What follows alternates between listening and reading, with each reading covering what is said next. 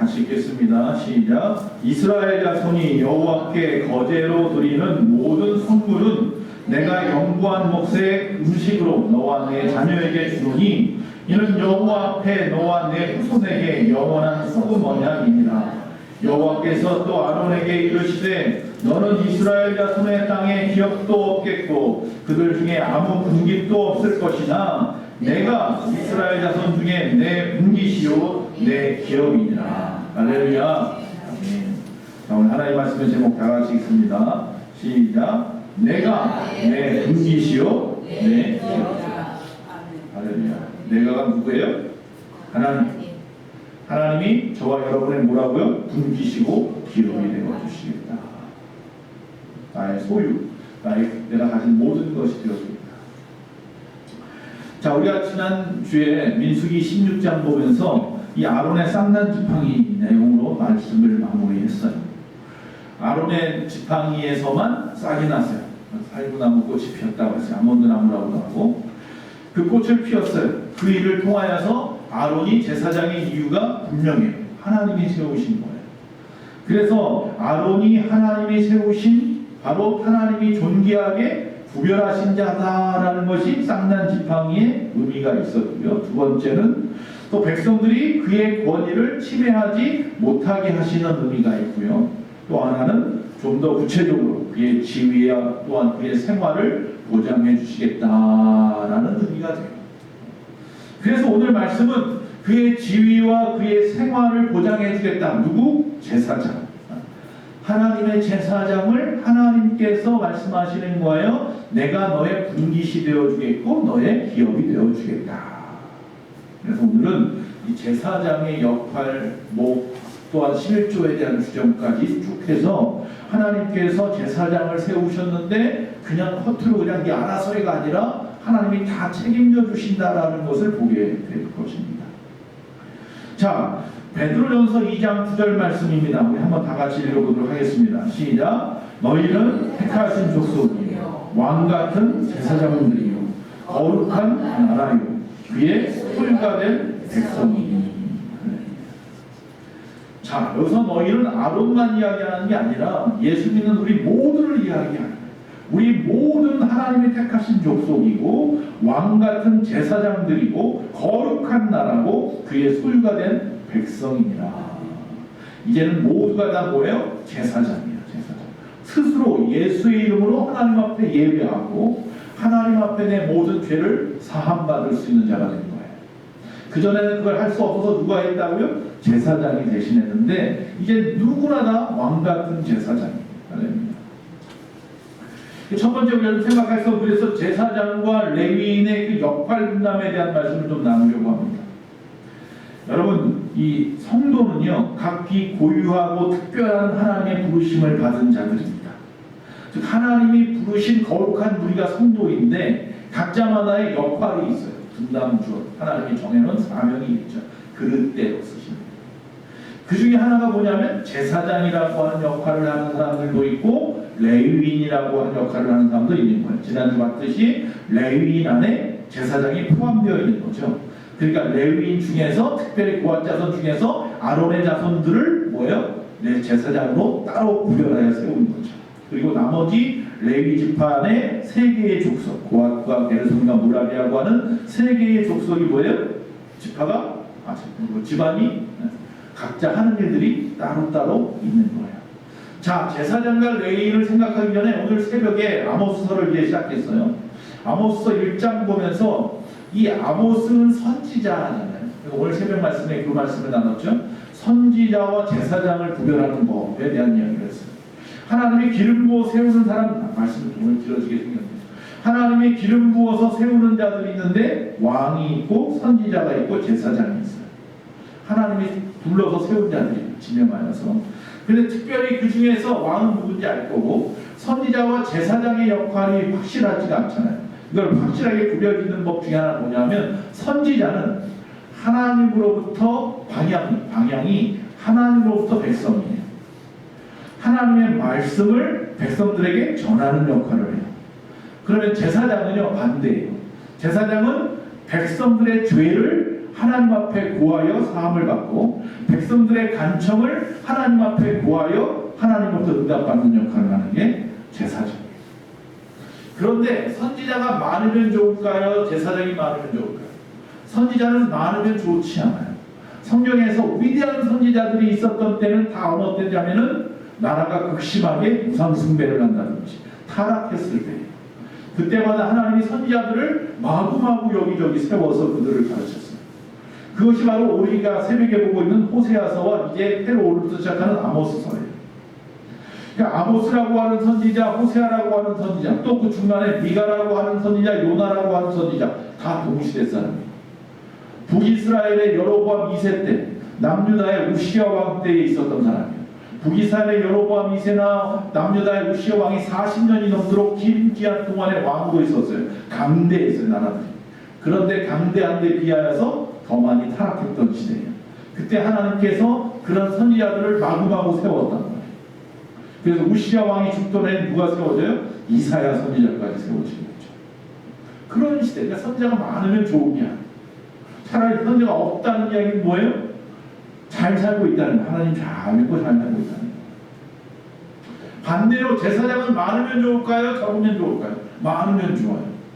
왜? 많은 사람들이 성전에 온다는 이야기예요. 많은 사람들이 제사장 앞에 나오는 거예요. 각종의 번제물을 가지고. 그러니까 제사장이 많아야 돼요? 적어야 돼요? 많아야 되죠. 그래야 그 일들을 다 감당하니까. 그러니까 그 시대가 신앙이 좋은 때는 제사장은 많고 선지자는 적은 때고, 그 시대에 신앙이 나빴을 때는 선지자는 많고 제사장은 적었을 때. 아이러니하죠? 바로 그 제사장이 레위인과 하는 일이 달라요. 둘 다 하나님의 성전에서 하나님을 섬기는 일이에요. 그러나 그 역할이 명확하게 구별되어서, 먼저 제사장은요 무슨 일을 하냐? 첫째로 백성의 죄를 하나님 앞에 아뢰고 대속받는 일을 해요. 그리고 하나님 앞에 우리가 가지고 온 모든 제물로 제사를 드리는 일을 해요. 그런데 다른 사람들이 이 제사장의 직무를 욕심내면 다 뭐예요? 고아자손들, 고라의 땅들처럼 전부 다 심판을 받아요. 그 일은 하나님이 따로 불러 세운 제사장만이 하는 일이에요. 이 강단도 하나님이 구별하여 세운 자들이 강단을 지키는 것과 같아요. 레위인들은 그 무슨 일을 합니까? 제사장을 도와서 성전 업무를 하는 거예요. 그러니까 레위인들이 하는 일은 첫째는 성막에 있는 여러 가지 기구들이나 성막 도구들이나 이런 것들을 운반할 때, 이동할 때마다 그 일을 도와서 해요. 그리고 제사장들 사역 가까이에서 그들이 필요한 것들을 갖다가 도와주는 일을 해요. 그래서 성소의 기구라든지 제단이라든지 그런 일들을 갖다가 여러 가지를 도와주는데 대신 함부로 접근하거나 만져서는 안 돼요. 자, 그래서 어떻게 해요? 제사장들이 다 싸주면 그제서야 그걸 어깨에다 메고 가는 역할을 하죠. 제사장만이 성전 안에 있는 지물을 만질 수가 있어요. 자, 일반인들이 그래서 이 성소 안이나 이 성막 안에 들어오는 일을 갖다가 차단하고, 그리고 또 그들이 그곳에 접근하여서 혹시라도 죽는 일이 없도록 통제하는 일도 레위인들이 하는 역할을 해요. 우리 새벽에 봤잖아요. 국회에서. 통제하는 일을 하고 전반적으로 돕는 일들을 해요. 사무처 사람들이 그런 일들을 하죠. 자, 이것이 바로 그들의 역할이에요. 근데 이 역할은 크고 작음이 아니에요. 착각해가지고 이걸 크고 작음이라고 착각했던 고라의 일당이 왜 아론의 집안만 제사장으로 이런 일하고 우리는 허드렛 일만 합니까? 라고 했다가 어려움을 당했잖아요. 착각하지 말아요. 제가 하는 일과 여러분이 하는 일이 상하의 차이가 있는 게 절대로 아니에요. 각자 주어진 일이 다를 뿐이에요. 그래서 여기에는 어떤 신급이 계급이 아니라 계급장이 아니에요. 많은 사람들이 나 빨리 권사가 돼야 되는데, 나 빨리 안수집사가 돼야 되는데, 빨리 장로가 돼야 되는데, 그런 생각하지 마세요. 그 계급장이라고 생각하지 마세요. 각자의 필요에 따라 세우셨으니 거기에 만족하시고 감사해야 돼요. 오히려 장로가 되면 그만큼의 더 무거운 무게의 짐을 져야 된단 말이죠. 모든 것에 본이 되어야 된단 말이죠. 그래서 힘들어요. 하나님은 하나님이 정해주신 그 역할이 무엇이든지 간에 우리가 그저 의무감 이상으로 기쁨으로 행하고 감사로 행하고 충성으로 감당하기를 원하셔요. 그래서 하나님이 주신 직분은 뭐다? 선물이에요. 선물. 기쁘게 받아야 돼요. 그리고 그것을 선하게 사용할 때에 아름다운 공동체 교회가 풍성한 교회, 건강한 교회, 부흥하는 교회로 세워져 가는 거예요. 그래서 역할은 순전히 하나님의 주권적인 은혜로 되어지는 거예요. 내가 돈 주고 사는 매간매직이 아니에요. 하나님께서 허락해야만 주어지는 거예요. 하나님의 주권이. 그렇기 때문에 그 역할로 인해서 교만할 필요도 없고 우월감에 빠질 필요도 없어요. 내가 뭔데, 내가 어떤 일을 하는데 절대 교만할 필요도 없고 우월할 수도 없어요. 하나님을 그냥 세웠을 뿐인 거예요.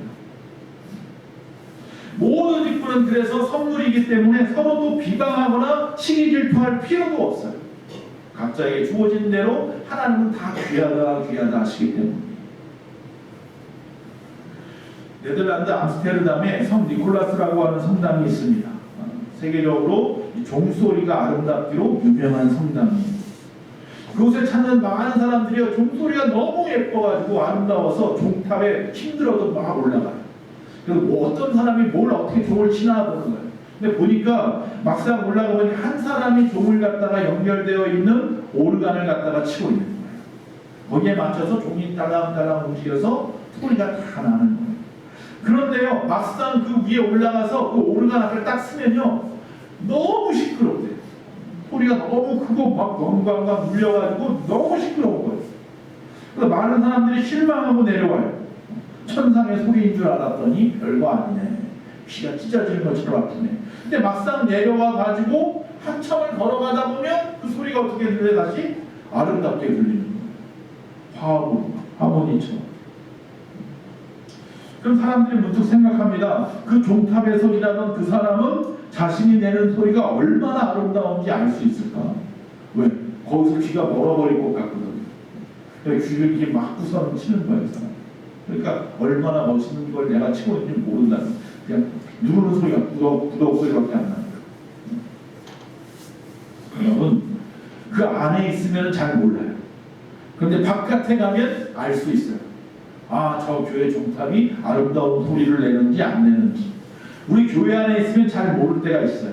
이 교회 안에서 우리가 벗어나, 한 발짝 벗어나서 예수만 교회를 바라보면 아, 그 교회가 아름다운 교회였는지 어떤 교회인지가 다 드러나겠죠.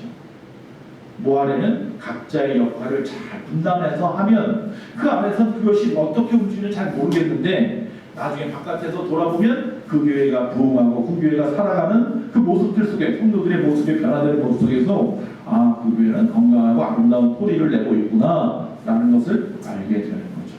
우리 교회도 그렇게 되기를 간절히 바랍니다.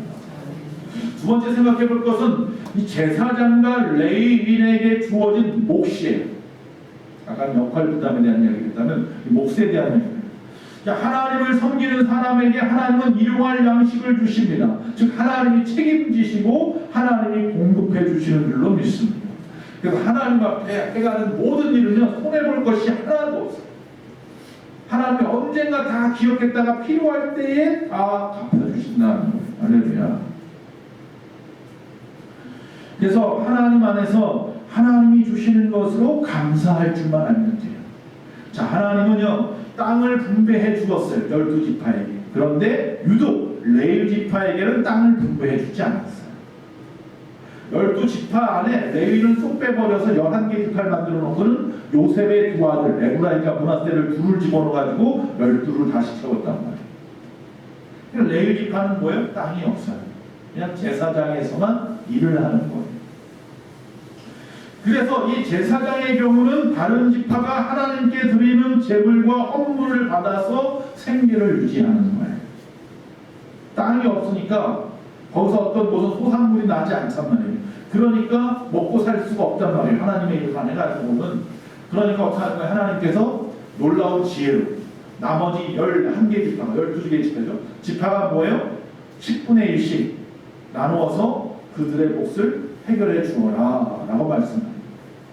물론 꼭 10분의 1만이 아니에요. 백성이 가지고 오는 각종의 요제와 거제물, 소위 말하면 그 소제물, 곡식들, 그리고 또 지성물, 다시 말하면 속죄제, 속건제, 화목제물 같은 것들, 각종의 고기들, 그리고 첫 소산물, 백성들이 드리는 첫 번째 열매, 첫 번째 양고, 소 이런 것들을 하나님께 드리잖아요. 사람은 초태생을 위해 그 속전제라는 것, 속전세라는 걸 해요. 이게 뭐냐면 모든 것의 첫 것은 다 하나님의 거예요. 그러니까 제사장만 하나님의 게 아니라, 레위지파만 하나님의 게 아니라 모든 집안에서 첫 번째 태어나는 일은 전부 다 하나님께 바쳐야 돼요. 그런데 다 바칠 수는 없잖아요. 제사장이 그 일을 다 하니까. 그래서 그 대신 뭐를 내는 거예요? 속전세를 내는 거예요. 그래서 한 아이당 그 5세겔 정도를 내요. 그러니까 한 세겔이 20데나리오, 그 20일치 품삯이 한 데나리오, 한 세겔이. 그러면 21일 10만 원씩 줬다면 200만 원. 거기다 5니까 5, 20, 1000만 원. 쉽게 얘기해서 한 1000만 원 정도를 갖다가 아이가 태어나면 하나님 앞에 바치는 거예요. 그게 속전세, 첫째 아이. 그러면 그 아이가 그 세금으로 하나님께 드려지는 속전세로 그 아이는 세상에서 그냥 평범하게 살아갈 수 있는 거죠. 그 아이뿐만 아니라 그 집에서 태어나는 짐승도 마찬가지. 짐승도 역시 마찬가지로 속전세를 드리고 바치지 않아도 어쨌든 그 모든 것들이 누구의 것이다? 제사장과 레위지파의 몫이에요.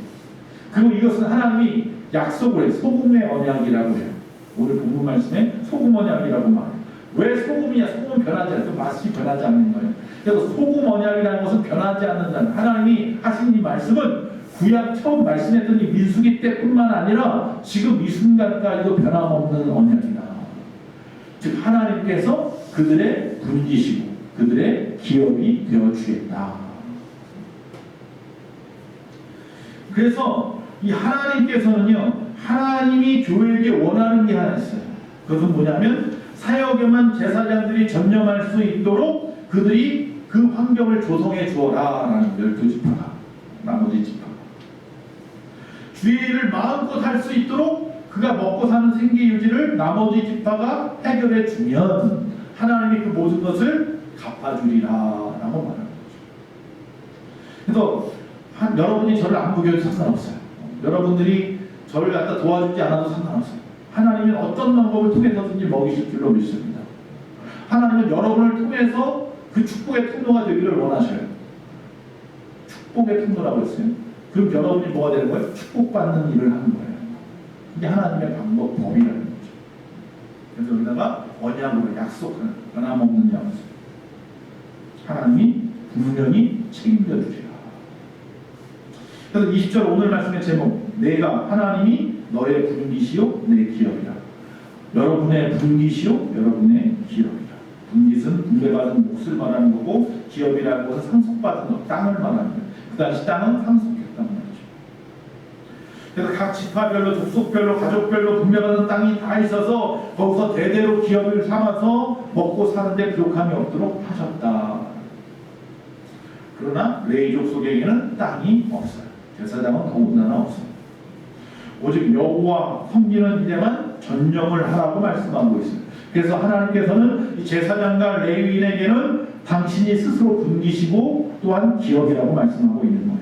이처럼 우리를 하나님은 왕같은 제사장이라고 베드로전서 오늘 2장 9절에 택하신 기업이라고 말씀하셨으니 우리에게도 역시 마찬가지예요. 지금 이 순간에도 여러분이 하나님을 위하여 행하는 모든 것들은 하나님이 오늘 여러분에게도 똑같이 약속하고 있는 거예요. 내가 그 부분에 대해서 너의 분깃이 되어주겠고 너의 기업이 되어주겠다. 네가 물질로 하나님을 섬겼다면 그 부분에 대해서 내가 책임져 줄 것이고, 네가 건강으로 섬겼다면 내가 그 건강을 책임져 줄 것이고, 네가 너에게 주어진 재능으로 섬겼다면 그 재능으로 해결해 줄 것이고, 네가 시간으로 섬겼다면 그 시간을 내가 책임져 주겠다 라고 뭐예요? 소금을 뿌려가면서 언약을 맺은 거예요. 변함없는 영원. 하나님은 그 어떤 것으로도 비교할 수 없는 크고 영원한 기업이 되어주시는 분입니다. 내가 스스로 벌 수 있는 것에 한계가 있잖아요. 하나님이 기업이 되어주시면 얼마나 좋겠어요.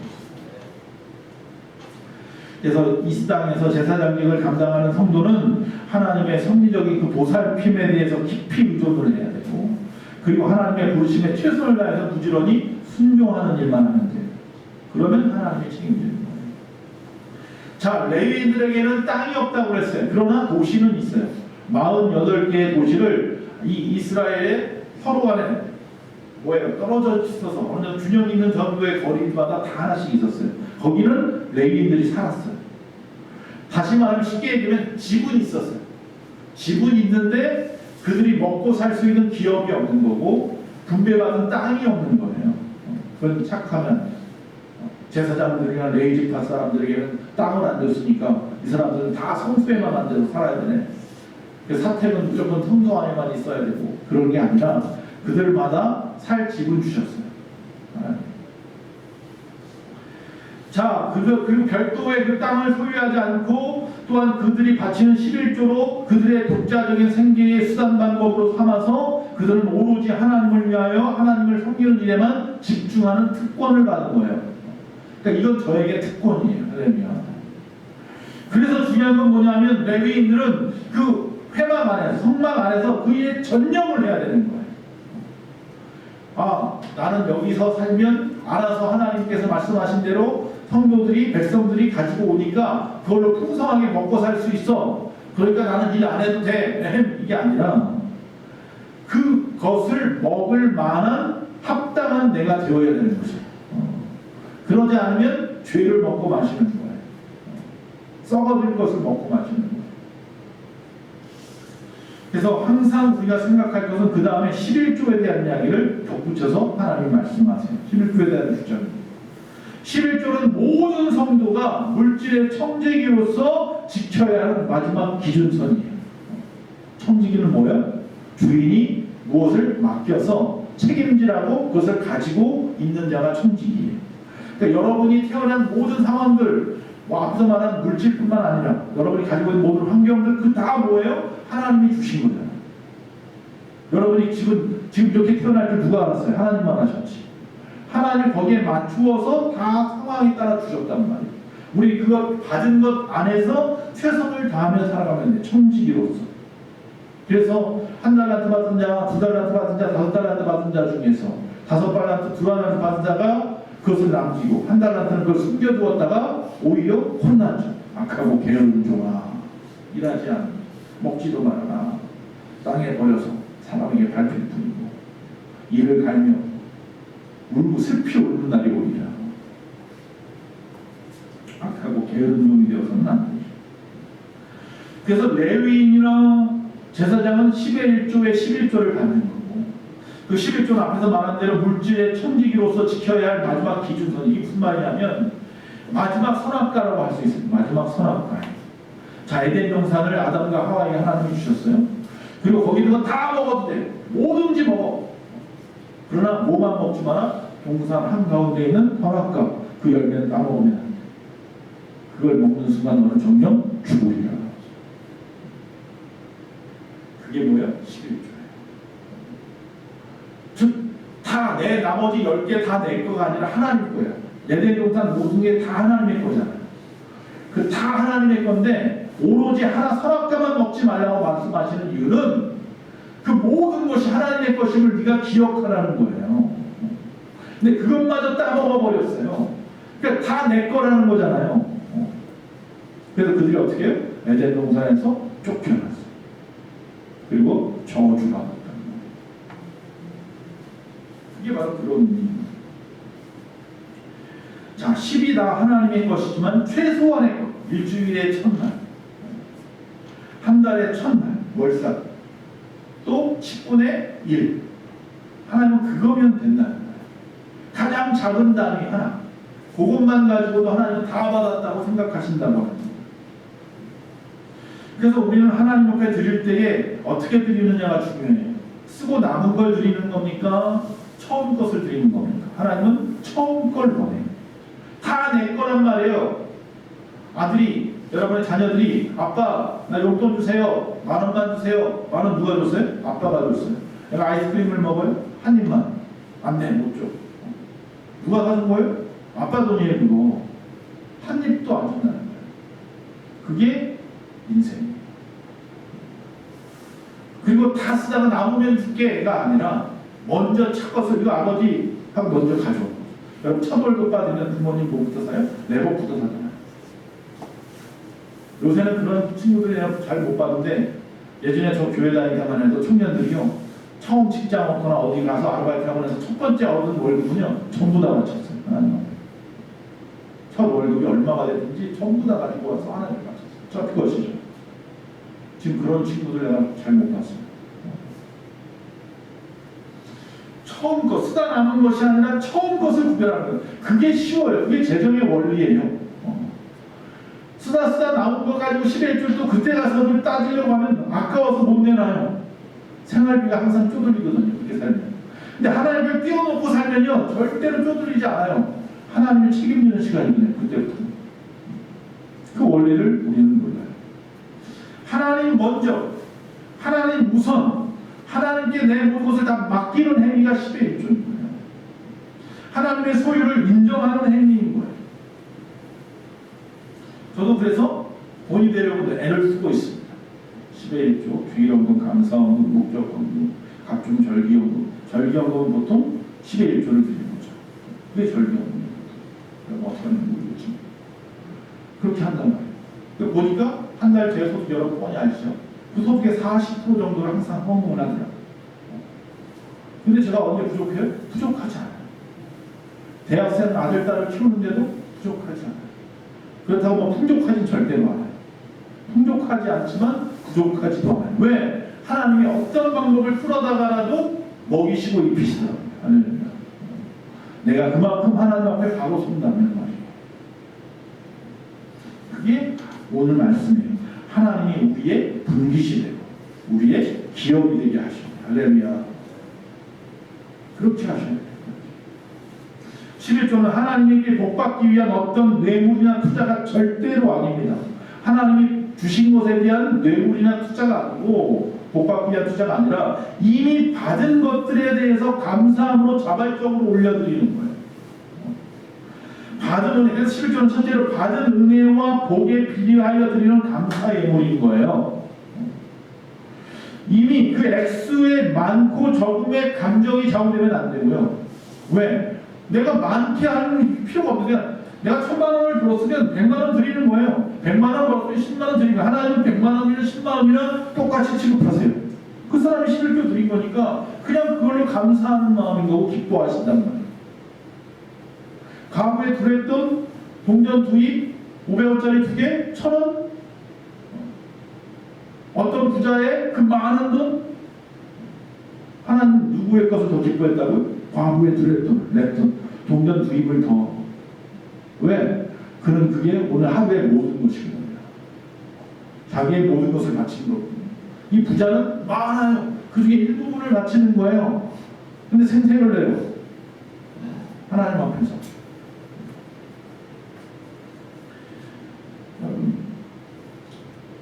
교회 안에서 요새는 교회 안에 비리가 좀 많이 있다고 해서 이런 문제가 생겨요. 헌금에 대한 무용론이나 11조 폐지론에 대한 이야기를 했어요. 왜 11조를 갖다 바쳐야 합니까? 사실 교회가 운영되어져 가고 움직이기 위해선 11조가 필요해. 솔직한 이야기로. 그럼 다른 나라들은 어떡합니까? 전에 말씀드렸죠. 미국 같은 경우는 교회마다 운영관리위원회가 있어서 거기서 다 모여 걷어요. 그래서 각자 내는 관리비 가지고 교회를 운영을 하기도 해요. 그게 11조죠, 사실. 그 사람에 맞춰서. 유럽 같은 경우는 종교세를 내요. 여러분이 세금으로 종교세를 내요. 그냥 그거 가지고 교회들마다 사이즈에 맞춰서 분배해줘요. 다 똑같아요. 이게 외국에는 11조가 없는데 우리나라만 아직도 구약에 11조가 있으니까 따질 필요 없어요. 이게 있는 게 차라리 여러분 감사하고 편안한 거예요. 문제됐지 않아요. 제가 볼 때는. 여러분 문제는 뭐냐면 헌금 무용론이나 11조 무용론 폐지론이 문제가 아니라 그 헌금을 바로 쓰냐 안 쓰냐 이것 때문 아니에요. 사실 솔직하게 툭까놓고 교회가 그 헌금을 바르게만 쓴다면 11조 아니라 10의 2조도 하죠. 교회가 그걸 투명하게 바르게 쓰지 못하니까 문제인 거잖아요. 교회가 그저 목회자를 위한 것만이거나 건축을 위해서만 쓰여진다고 한다면 저도 여러분에게 11조 하라는 말 하지 못할 것 같아요. 그러나 그 쓰여지는 모든 것들이 신자들의 바른 하나님과의 관계를 위한, 신앙 성숙을 위한, 또한 선교를 위한, 구제를 위한, 하나님이 하지 못하고 있는 하나님의 손길이 필요한 부분들마다 우리가 대신하는 하나님의 그 명령에 따라 행하는 그 일들에 사용되어진다면 얼마든지 하죠. 그렇죠? 예전에 식당에 가면 다 뭐예요? 주방이 다 갖춰져 있었어요. 벽으로 다 막혀 있어서 그 안에 구덩이가 있는지 뭘 집어넣는지 하나도 몰랐어요. 근데 요새는 어떻게 해요? 개방형이 다 열어놔야 돼. 그 안에서 뭐 만드는 거 하는 거 다 보여줘야 돼. 사람들이 일부러 그런 데만 찾아간단 말이죠. 이제는 그런 시대란 말이죠. 그게 또 소문이 나면 문전성시 대박이 되는 거예요. 교회도 마찬가지예요. 투명해야 돼요. 교회 구성원들이 한 마음으로 정말 열심히 한 달 동안 일한 것에 10의 1을 구별하여 또 여러 가지 각종의 목적 헌금들을 구별하여 하나님 앞에 바친 건데, 목사에게 바친 게 아니라, 교회에게 바친 게 아니라 하나님 앞에 바친 건데, 그럼 그 모든 것들이 집행하는 모든 것들이 투명해야 될 것 아니에요. 교회의 주인은 하나님이시니까 누구나 공감하고 이해할 수 있도록 쓰임받아야 되는 거죠. 하나님이 쓰시는 거예요. 할렐루야. 우리 교회는 그것을 제가 처음 목회를 시작하면서부터 제가 돈을 안 건드려요. 그래서 안 건드려요.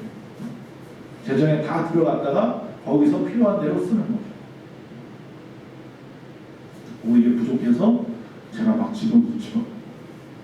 적금도 깨고 연금도 깨고 다 깼어요. 근데 그 깨면서 순간순간적으로 하나님께서 하시는 것 같아요. 왜? 그거 끝까지 제가 가지고 있으면, 그 목돈 가지고 있으면 내 거라고 생각할 거예요. 거기에 맨날 신경 쓴다. 그래서 저는 지금 그런 거 하나도 없어요. 그냥 다 하나님 앞에 드리면 되겠지. 얼마나 편안한지 몰라요, 사실. 근데 그렇게 살면 안 돼요, 여러분들.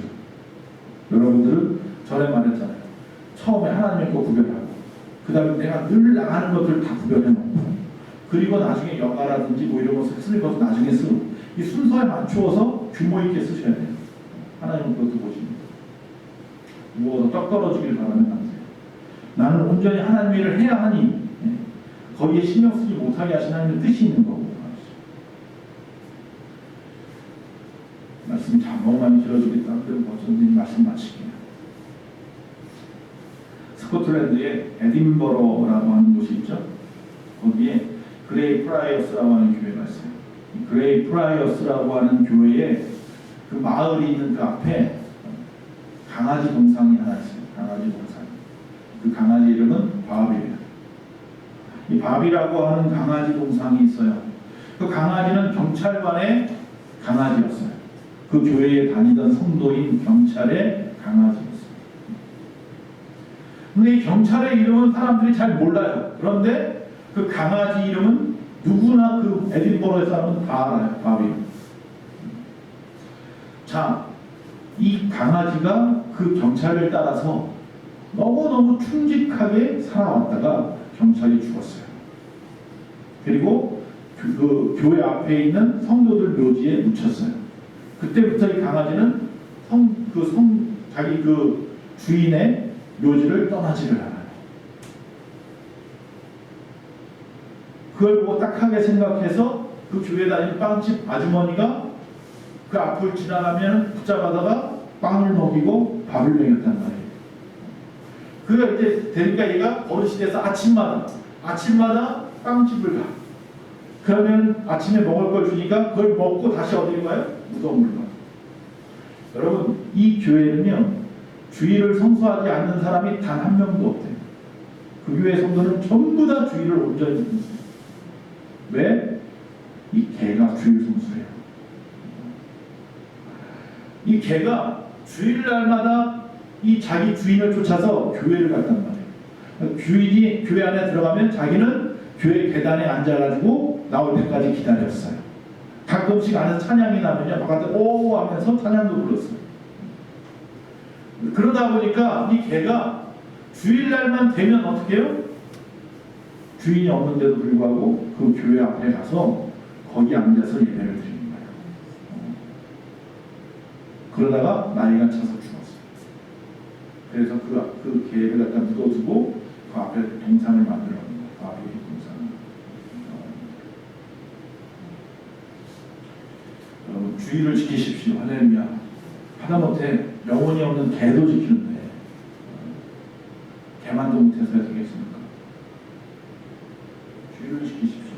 내가 할 수 있는 최선의 헌신과 봉사로 주의를 지키십시오.